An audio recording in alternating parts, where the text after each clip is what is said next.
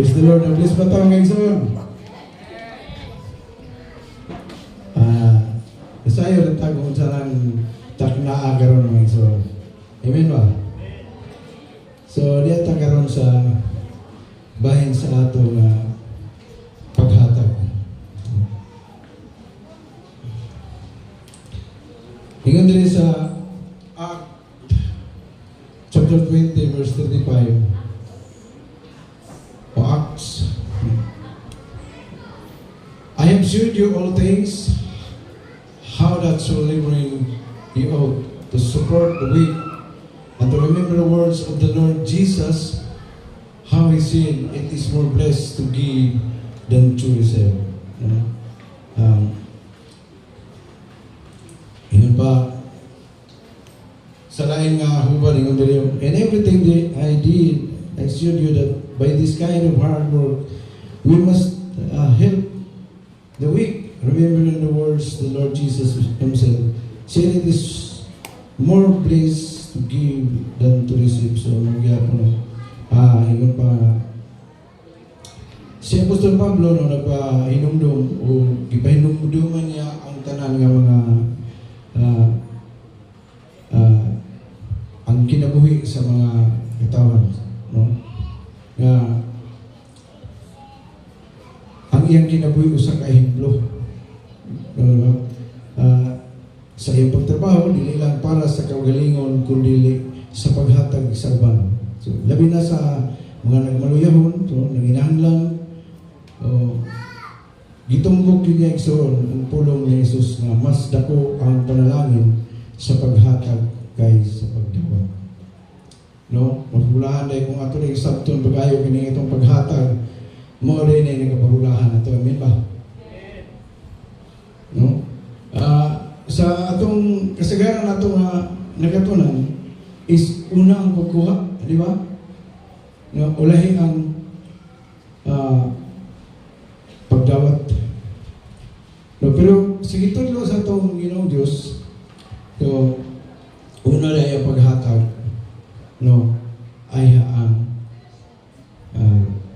pagdawat. Sa mga gamay lang at testimony, no, sa among panginabuhian,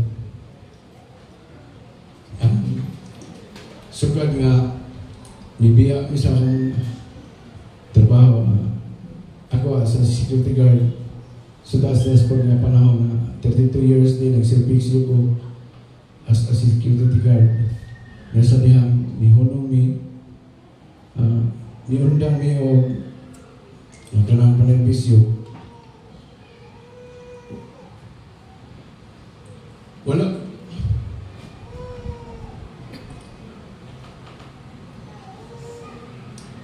kong masayod ko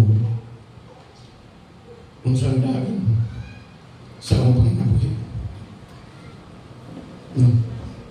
Wala kong mahibalo kung kaya ako nga nandan sa akong panginabuhi since 1988. Ang akong pagpanikiling ang mga rin ang akong ikabuhian. No? Driver, security guard. Kanya, sa diha nga gipaundang na agi gipa full time na mi Lord. Nagkauna na ako sa kaya ko madawat wala na ko'y 20,000 a month. Okay, sa among panahon is ang bulan is 20,000, 6,000 ang kinsinas. So sa diha nga giundang na ako na wala na ko'y income. No, grabe si Lord, no? Kaya sa diha nga niundang pag-isayan ako, ibayaran lang ko sa agency o 23,000.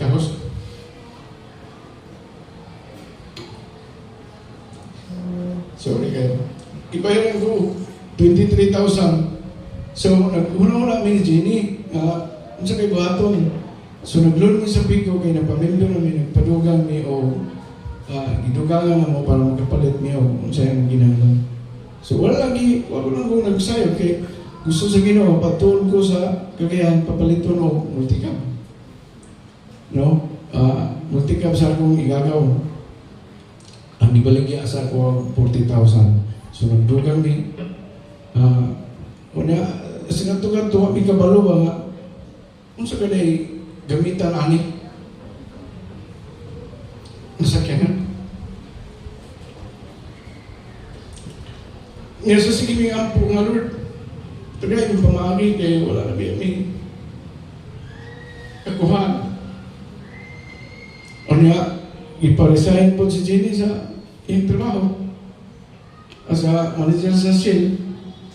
O niya, antod kami na yung luwa, wala na income. Pero, may pa-pray nga, Lord, tagay mi mahayang Panginoon. Dito, nagkaton ko, kanang kumpra-kumpra og tubig. Mo ito nga, deliver lang po ko. Antod nga, sige, nagpaampok ko sa church nga. Tabahin may ampok. Nga magkabaton may o refilling station. And then, sa sige sa pray, kaya wala mang yun, kung magtukol ko ka ng refilling station is, mag-space ka o 300 to 500,000. No? Medyo dako pa sa among time kaya wala yun. And then grabe ang kamayos Ginoo, gihatag yun niya.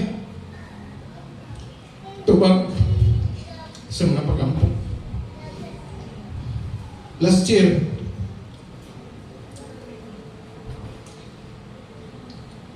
nainigin ko nga, mo nagdala what the feeling ang i-manage ka ron. Ingon siya nga, but murag ikaw ito kung pwede akong saligan ani. Gusto mo sa mga, ikaw lang mo dito na mag-operate dito, maabang na ka. Kung yun ako na, grabe, yung pwesto na laan. Nanay mga customer. Praise the Lord, grabe yun lang. Tubag sa mga. Prosesis na nagpadayon na sa paghatag sa mga kanapulo, nagpadayon na sa pag-uli sa mga halat na kinasingkasing ang paghalat sa mga bagot-gut. Ditubag sa Ginoo ang among pag-ampok. So, ingat Pastor Pete, salamat sa taas-taas ng panahon. Tubag sa itong mga pag-ampok, ihatag ang refilling station. Gawa na, pagtuli na mo, ni-income na nila yun. So, praise the Lord, no? Palakpakan na itong Ginoo, gamit mga mo na saya na pa na iyo lagi diyan na pero kinahanglan ta maghago. Kaya yung madyan ipakita ko ganyan yung pala Apostol Pablo nga kinahanglan tag maghago aron na no aron sa paghinumdum uban ang pagpahinumdum sa isulti sa atong Ginoong Jesucristo nga kinahanglan ang paghatag kaysa magdawat. So, bulaan mo yung kita nga maghatag ng igsoon. Amen ba? So, ang paghatag, dili lang kwarta. Amen no? Dili lang kwarta. Kung dili, paghatag og oras sa mga nitong gibuhat karon no? Ipili ginyo itong musimba ta, aron maghatag ta og panahon para sa Ginoo. Amen o igsoon. Ikadua, ang paghatag og kusog. No? Ikinahanglan tang maghago, matod pa ni Apostol Pablo, mugamit ita kusog para lang mahimong makatabang ta. No? And then, paghatag o gugma o pagtagad. Di ba? So, namagitay mga isikataw, labi na itong magtotoo. Atong tagdun, kaya yung na siya nga, kinahanglan, hatagan na ito, tabangan na ito, ang mga hinahanglan. No? O kining paghatag, tabang bisan kamay ra. No? Kung maghatag ta, dili ta mahimong alkansi. Amen ba? No? Dili ta mahimong dili makahimog na natong kawaladon. So, mas magaghan pa ang mga panalangin, kaya ang Diyos man ang maghatag nato. Amen ba? No? So, ayun na, ginanglan nga ato yun nga ma-aplikar ang ato nga kining atong paghatag. Yung pa, maghatag ta, dili tungod kay daghan ta o daghan ang ato kung dili, maghatag ta tungod kay ang Diyos mapinanggaon mga igsoon.